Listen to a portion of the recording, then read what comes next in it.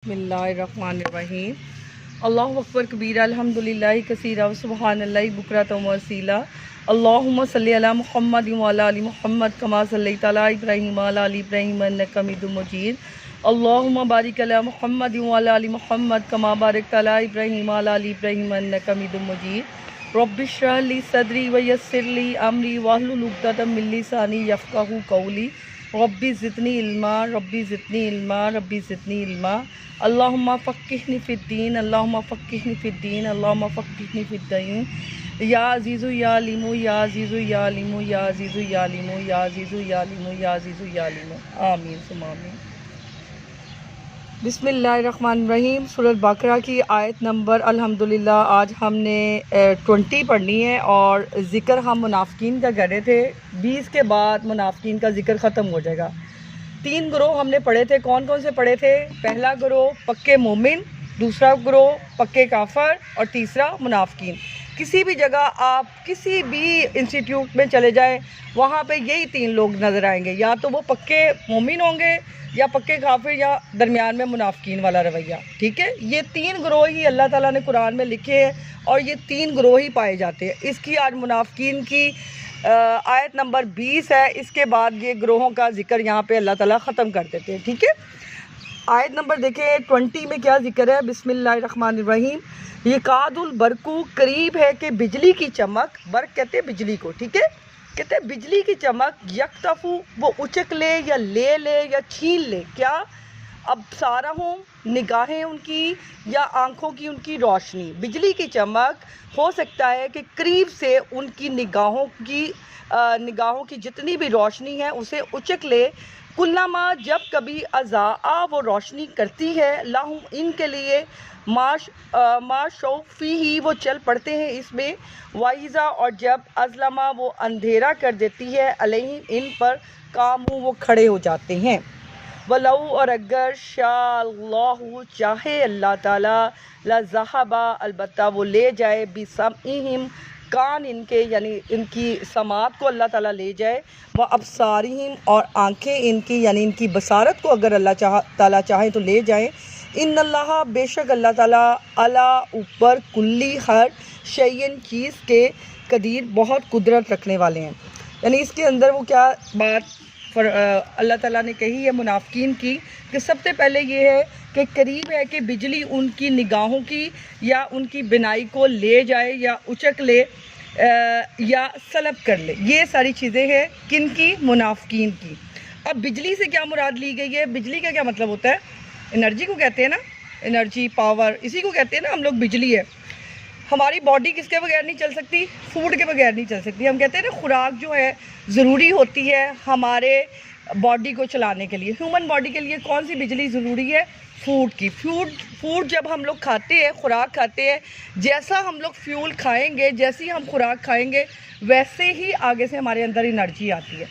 यहाँ पे बिजली से मुराद एनर्जी ही है, लेकिन कौन सी एनर्जी है? अल्लाह की वही की एनर्जी, कुरान पाक की एनर्जी, अहकामात, कुरान पाक, अल्लाह ताला की पावर, वो तमाम गलबा, ताकत, जो अख्तियार, चमक दमक, इस्लाम की चमक, आगे बढ़ने की रोशनी। एनर्जी से यहाँ पे क्या मुराद है? इस्लाम के आगे बढ़ने की रोशनी। जब उन्हें नज़र आती थी ना, उन्हें यूँ महसूस होता था कि कहीं ये ना हो कि ये सारी जब वही आ रही थी ना, अहकामात आ रहे थे, कुरान पाक, बारिश हो रही थी, तो उन्हें ऐसा फील होता था कहीं ये ना हो कि उनकी आंखों की देखने की कहीं सलाहियत ही ख़त्म ना हो जाए। इतनी चमक और दमक से आती थी, वही बार बार आ रही थी। कुरान पाक का नुज़ूल हो रहा था ना उन दिनों। तो फिर क्या होता था, जो मुनाफ़िकीन थे वो जब इस्लाम की चमक और दमक को देखते थे तो उन्हें क्या महसूस होता था? उन्हें महसूस होता था कि ये ना हो जाए कि आंखों की देखने की सलाहियत ही ख़त्म हो जाए। मिसाल के तौर पे हम लोग पाकिस्तान में कितनी वोल्ट की बिजली इस्तेमाल करते? 220 की वोल्ट की बिजली हमारे यहाँ आ रही होती है ना पीछे से, एकदम 500 या 600 के करीब वोल्ट आए, जो क्या हो जाएगा? हम कहते हैं ना हर चीज़ ख़राब हो जाएगी, ऐसे ही होता है ना। ख़राब होने की वजह से हम लोग हर चीज़ को बंद करने लग जाते हैं। इसी तरह वो कहते हैं कि कहीं आग ना लग जाए, जैसे फ्लक्चुएशन होने लग जाती है।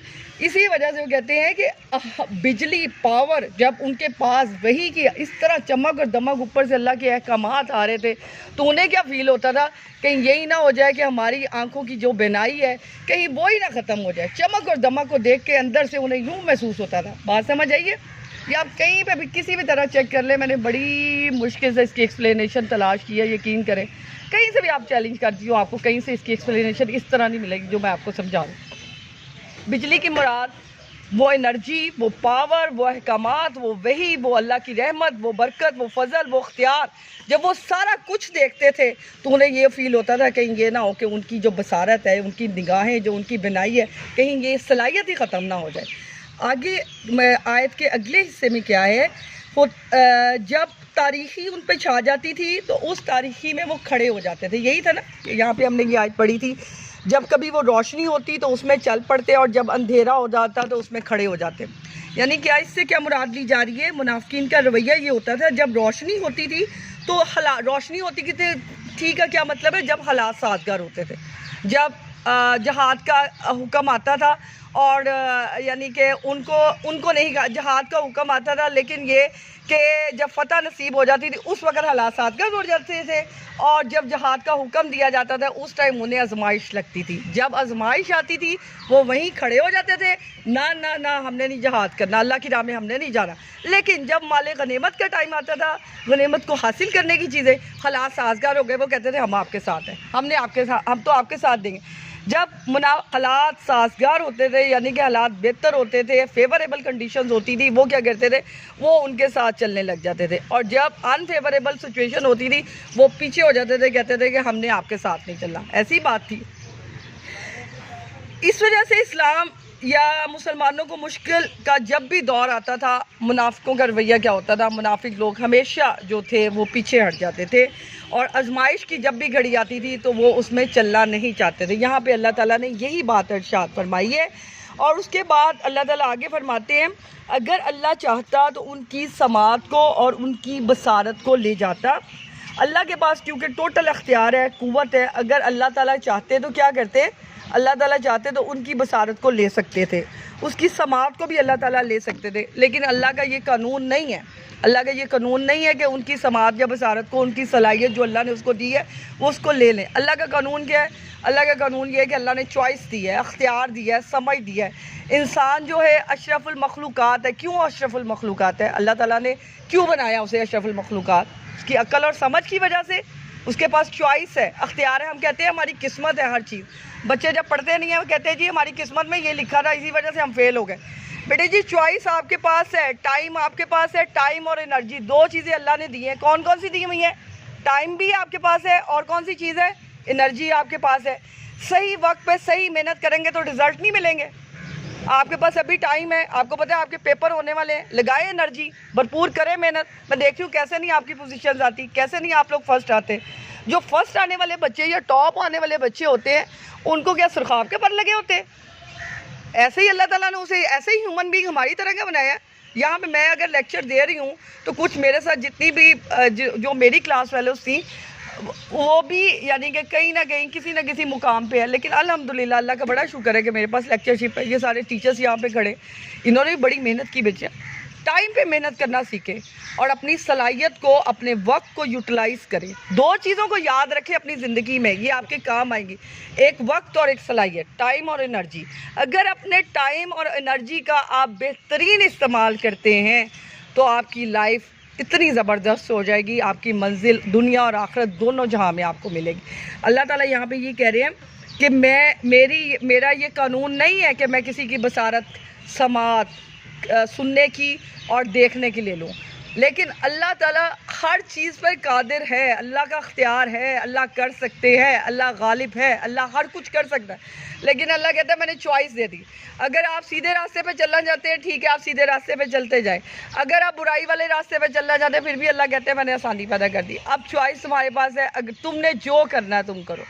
मुनाफिकीन का रवैया यहाँ पे क्या होता था? मुनाफिकीन यही करते थे कि जब उन्हें अपने मतलब की चीज़ें नज़र आती थी वो साथ मिल जाते थे उसके साथ, और जब उन्हें लगता था कि नहीं अब जहाद का हुक्म आ गया, अब आजमाइश है, अब मुसलमान सख्ती में है, तो पीछे हट जाते थे। और बेटे ये हमारे लिए अब क्या है? अब हमने इस आयत से क्या लेसन लेना है, बताएं आप लोग, बताएंगे क्या लेसन लेना है इस आयत से? हमने न्यूट्रल नहीं बनना, हमने एक फैसला करना है हक और सच का। ना हमने काफिर बनना है, ना हमने न्यूट्रल बनना है, ना हमने वो क्या कहते हैं मुनाफिक बनना है। क्या बनना है? हक और सच की बात करनी। अल्लाह कहते हैं रास्ते में बड़ी मुश्किलात आती हैं, बड़ी मुश्किलात आती हैं, लेकिन क्या होता है हक और सच की फतह होती है। ये बात याद रखें, किसी के करने से कुछ नहीं होता, फैसला ऊपर वाली अथॉरिटी का आना होता है। अल्लाह को अथॉरिटी माने, जब अल्लाह को आप अथॉरिटी मानेंगे ना, मैं कहती हूँ दुनिया के जितने मर्जी आप पावर्स ले आए, एनर्जीज ले आए उस बंदे को ख़राब करने के लिए, नहीं वो बंदा ख़राब होता। अपने अंदर ईमान को पुख्ता करे, सबसे पहली बात अपना ईमान पुख्ता करे, अल्लाह पे यकीन रखे। अल्लाह के हुक्म के बगैर एक पत्ता नहीं हिल सकता। अब ये देखिए, अगर आप में से हम यहाँ पे आके बात करते हैं बेटे, एकदम से ईमान नहीं आ जाता। ईमान का लेवल आप देखिए, आगे रमज़ान करीम आ रहा है हमारे पास, सुभान अल्लाह, अल्लाह की बरकत रहमत और फजलों वाला महीना आ रहा है। इसमें ख़ास तौर पे आपने क्या करना है, आपने तैयारी करनी है और रमज़ान को अल्लाह ताला ने जिस तरह कहा है आपने वैसे करने की कोशिश करनी है कि जिस तरह अल्लाह ने कहा रोज़े रखे, रोज़े फ़र्ज़ है। किसी बच्चे ने ये नहीं कहना कि जी गर्मी है, सर्दी है, मैं नहीं रख सकता। मुनाफिकों की ये निशानी है। आपने सब लोगों ने क्या काम करना है, अल्लाह पे भरोसा, यकीन, ईमान, और जो हमने पीछे आयात पढ़ी है कामयाबी की आयात, उसमें सलात है, नमाज है, उसके अंदर सच बोलना है, झूठ नहीं बोलना है, ये सारी जितनी बातें ये आपने याद रखनी है। हो गई बात क्लियर? आपने अब कौन से बंदे बनना है? हक और सच वाले। जब आप बड़ी सीटों पे कल को आएंगे, आपने आके डिसीजंस करने हैं, आपने डिसीजंस करने हैं ना, तो फिर कौन से डिसीजंस करने हैं? हक और सच के। रास्ते में मुश्किल ज़रूर आएगी, लेकिन ये है कि इंशाअल्लाह ताला फतह और कामयाबी हमेशा हक और सच की होती है। ठीक है, सदक़ल्लाहुल अज़ीम। चले जी तराना पड़ो।